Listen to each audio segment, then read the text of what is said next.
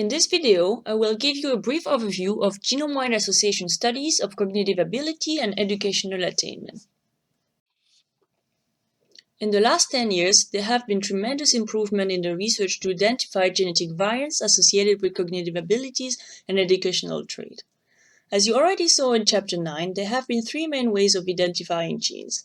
The first one, linkage studies, is not a method really appropriate for cognitive ability and related traits, as we expect these traits to be quantitative traits, so traits not only associated with one of few genes, but associated with many genetic variants of small effects.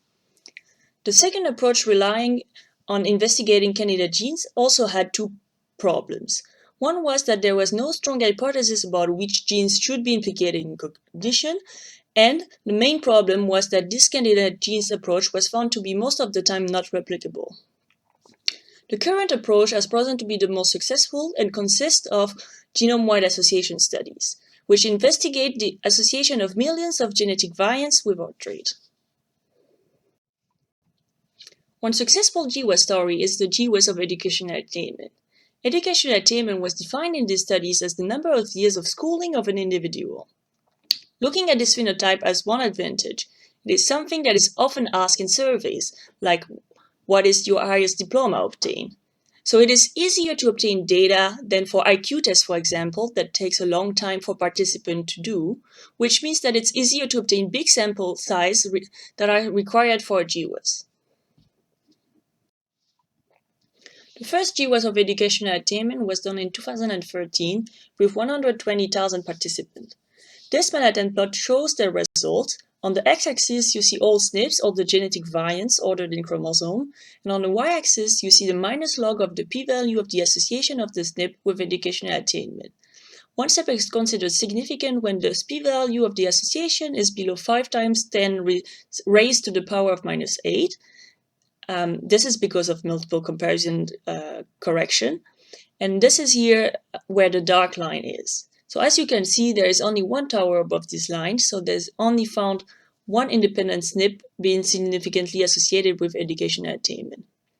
However, because the association of each individual SNPs with the traits are so small, it is possible that this study was not powered enough to be able to detect this tiny association, so an even bigger sample size of participants might be necessary. So that's what they did 3 years later. Another GWAS was done with almost 300,000 participants this time, and they found 74 SNPs associated with educational attainment.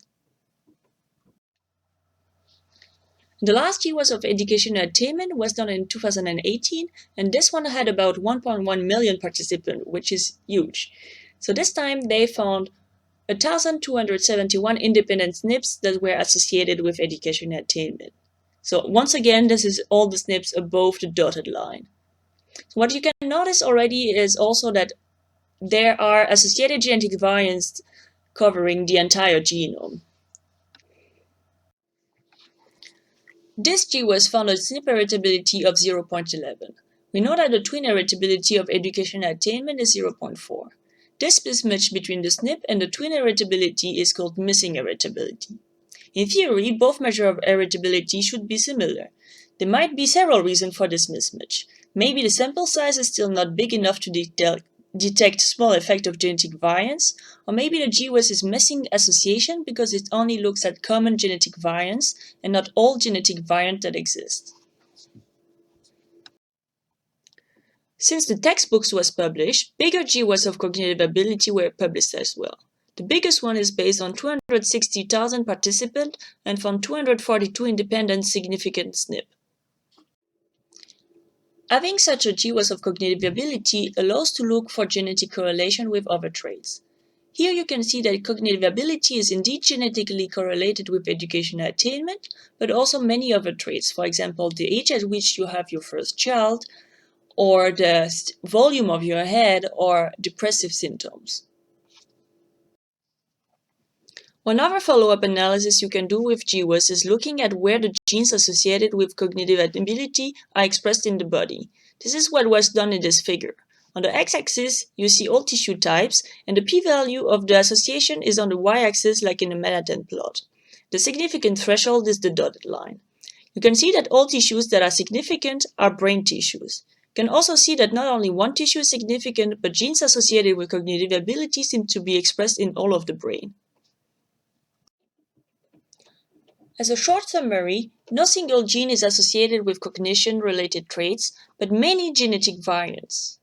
To identify these variants, there is a need for large sample size of participants, and one hope for these GWAS is to help understand the biology of cognitive ability and related traits. If you are interested in knowing more why looking at genes associated with education is useful and what are the risks and benefits of it, I recommend you watch the videos we'll link in the notes.